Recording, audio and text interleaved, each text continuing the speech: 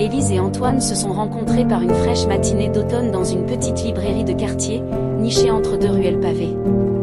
Élise, une jeune femme passionnée par les livres anciens, y venait souvent pour fuir la réalité de son quotidien solitaire. Antoine, quant à lui, était un écrivain en quête d'inspiration, hanté par le syndrome de la page blanche. Leurs regards se sont croisés par hasard, leurs mains effleurant le même ouvrage poussiéreux.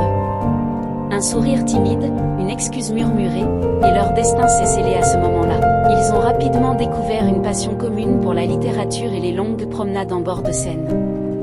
Leurs cœurs se sont rapprochés à chaque discussion, chaque échange, chaque silence partagé. Mais derrière le sourire d'Élise, se cachait un secret lourd, qu'elle n'osait révéler.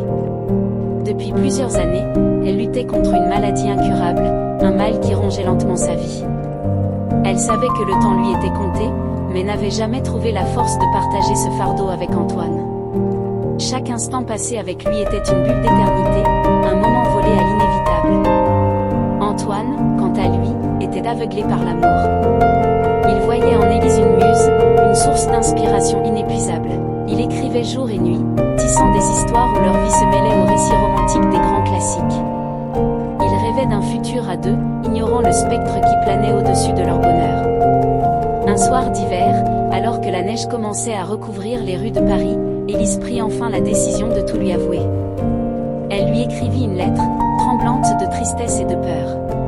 Elle lui expliquait son combat, ses souffrances silencieuses, et son désir de ne pas le faire souffrir davantage. Elle déposa la lettre sur le bureau d'Antoine, au-dessus du manuscrit qu'il avait presque achevé, un roman qu'il comptait lui dédier. Le lendemain matin, Antoine trouva la lettre. Son cœur se brisa en lisant les mots d'Élise, ses larmes coulant sur les pages de son roman inachevé. Il courut jusqu'à l'appartement d'Élise, mais elle n'était plus là. Une infirmière, qui l'attendait à la porte, lui expliqua qu'elle avait été emmenée à l'hôpital la veille au soir. Antoine sentit le monde s'effondrer autour de lui. Quand il arriva à l'hôpital, il était trop tard.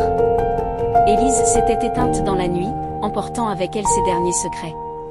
Sur la table de chevet, Antoine trouva le livre qu'ils avaient partagé lors de leur première rencontre.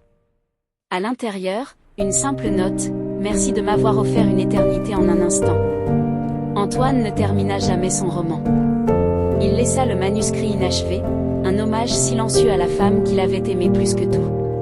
Il continua à visiter la librairie où ils s'étaient rencontrés, passant des heures à parcourir les livres qu'elle aimait. La douleur de sa perte ne s'effaça jamais, mais dans chaque livre, dans chaque mot, il retrouvait un peu d'Élise, comme une ombre douce qui veillait sur lui.